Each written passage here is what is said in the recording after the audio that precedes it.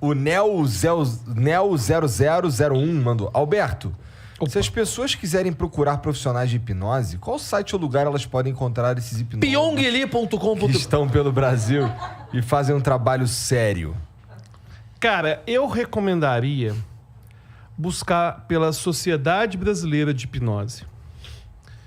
E uma forma fácil de você achar é pelo site hipnose.com.br. E, inclusive, o pessoal que quiser estudar presencialmente comigo, lá que vão estar também os cursos. Inclusive, quando eu falo de estudar de forma séria, qual que é o problema que surge, Igor?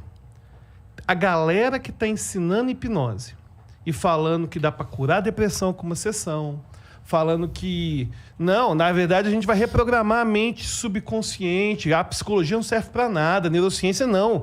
E associa a hipnose com várias práticas, que são práticas, às vezes, místicas, espiritualistas, é muita gente, entendeu?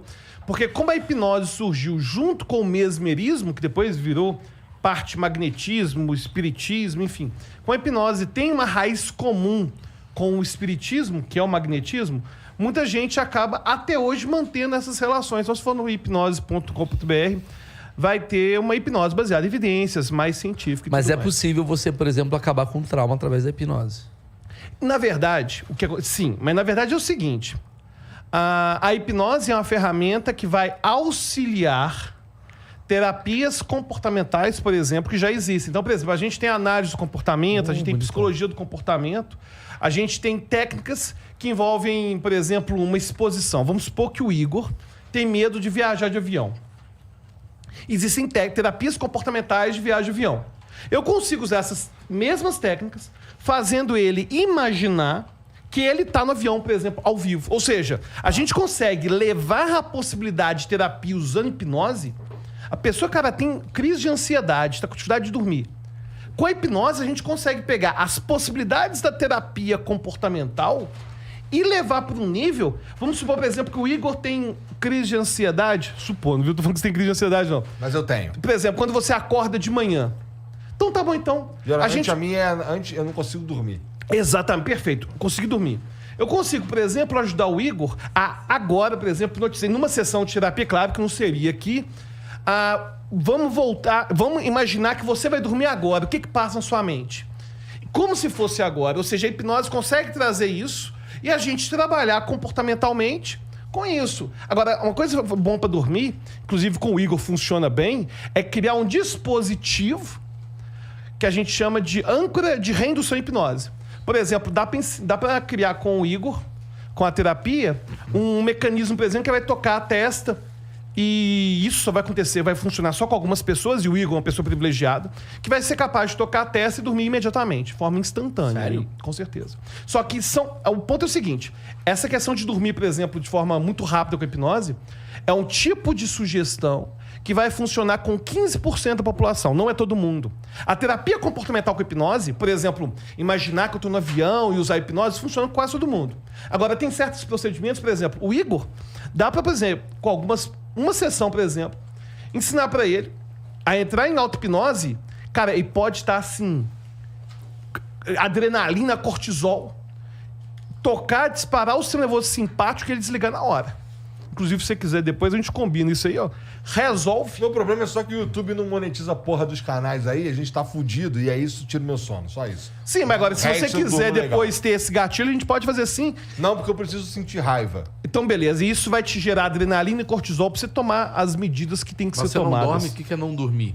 Não dormir. Tem 2 dias que eu não durmo. Não, peraí. Calma. Meia horinha, 1 hora, 10 horas? Por aí, assim, eu dou umas cochiladas. Caralho. Então, o YouTube te fudeu aí. Pô, agora, um dado importante... Salve, YouTube. Um dado muito importante envolvendo isso que o Igor, talvez ele não saiba.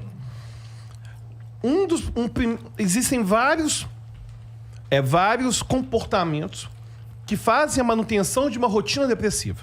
Vários. Inclusive, vou falar aqui rapidinho alguns que as pessoas podem mudar para poder não ter depressão. E é claro que se tiver depressão, tem que buscar um profissional. E eu não vou falar para a pessoa não pegar profissional. Claro que tem que ter profissional, psiquiatra, psicólogo, enfim. Primeira coisa que faz a pessoa entrar na retroalimentação da depressão é dormir mal. Isso é a primeira. A segunda, além de dormir mal, tem a ver com exposição à luz solar. Cara, tem pesquisa que pessoas que pegam pelo menos 3 vezes por semana, de 5 a 15 minutos de luz solar, têm melhores alterações de humor do que pessoas que não tomam a luz solar.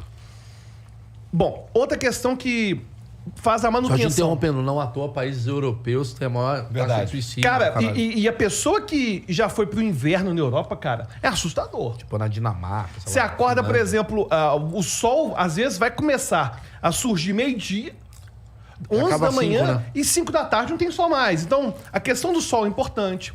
A questão de se conectar com pessoas. Ou seja, o cara começa a dormir menos, não pega a luz solar, ele não se conecta com pessoas. Aí, ele começa a não viver o momento presente e fazer atividades que geralmente ou levam a multitarefa, e ele não fica no aqui e agora, tendo cada experiência. Aí provavelmente começa a comer muitas coisas sem sentir o sabor das coisas.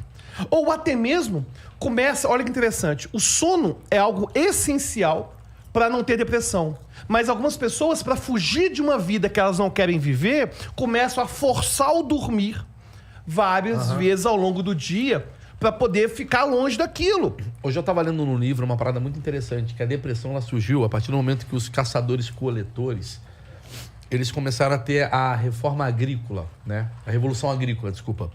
Por quê? Antigamente... Deixaram de ser nômades. Não, pelo contrário. Eles eram caras caçadores-coletores. Então eles acordavam e falavam, vou caçar. Se eu não caçar, eu morro. Então não tinha futuro. A vida do cara é baseada num presente. Quando você tem uma plantação de berinjela, você começa a ter planejamento. E o planejamento gera o quê? Futuro. E futuro pode gerar depressão. Porque você cria expectativa. Então foi dali o momento que foi criada a depressão na sociedade. Isso tu não tirou do teu cu. Não. Sapiens. Tá escrito no Sapiens. Isso é bem legal esse livro. É. Não, e tem um negócio interessante também envolvendo isso, que, inclusive, tem um filósofo foda que fez um poema chamado Ouro de Tolo, que é Raul Seixas.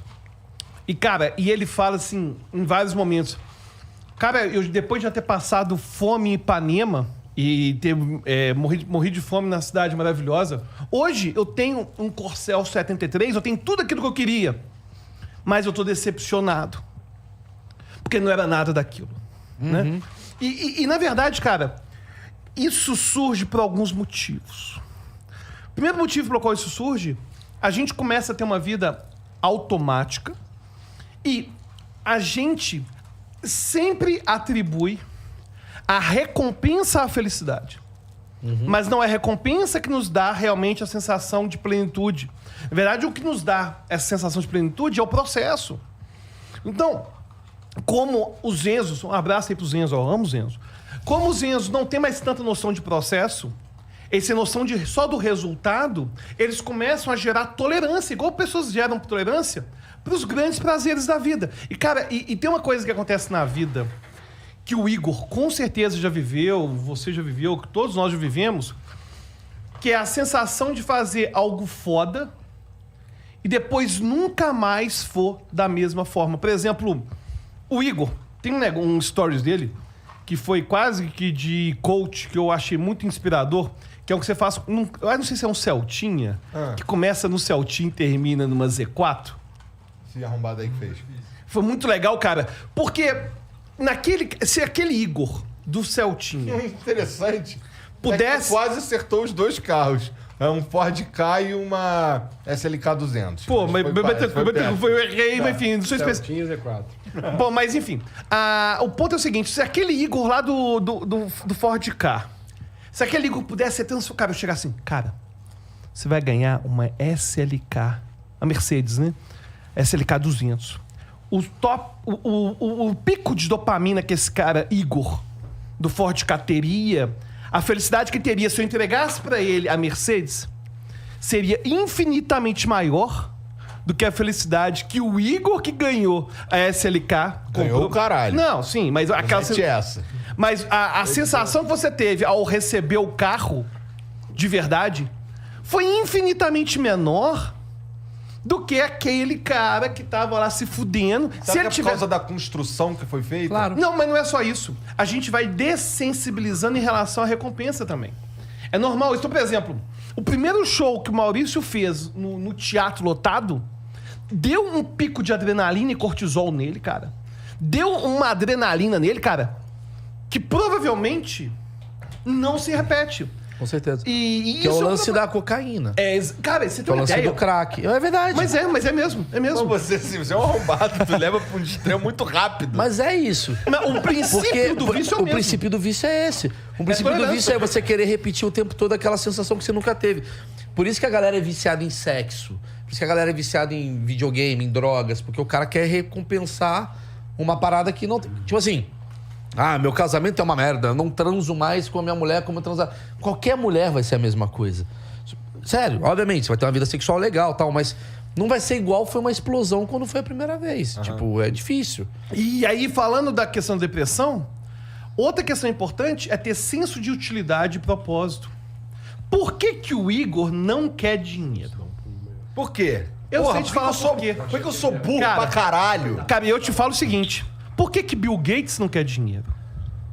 Porque o dinheiro não é realmente o que move. Porque ele já Porque descobriu... chega um momento... Exato, ele já chegou no dinheiro. Porque, na verdade, chega um momento que ganhar mais dinheiro... Porque é interessante, cara, que você ganhar R$1 milhão é muito dinheiro. 2 é muito dinheiro. Cara, mas chega um momento... Não faz mais sentido. Que 100 milhões ou 200 milhões não muda nada. O grande ponto é que chega um momento, que eu não sei qual o valor, é que Depende de cada um. dessensibiliza em relação ao dinheiro. Sim. E é por isso que Kurt Cobain suicidou. É por isso que o Michael Jackson era um dos caras que podiam ser mais ricos do mundo e se afundava em dívida. É porque é muito fácil dessensibilizar em relação ao dinheiro. Só que dessensibilizar em relação a propósito, em relação a senso de utilidade, no momento que você pensa, cara, mas não é dinheiro. Tem 80 famílias que dependem disso aqui. Tem as outras famílias que eu tô com meus Ou tem projetos, meu legado. no Capão Redondo, não sei o quê, no caralho. As pessoas se sentem inspiradas. Eu acho E não é que- ser inspirado, cara, você se afasta também de ter depressão.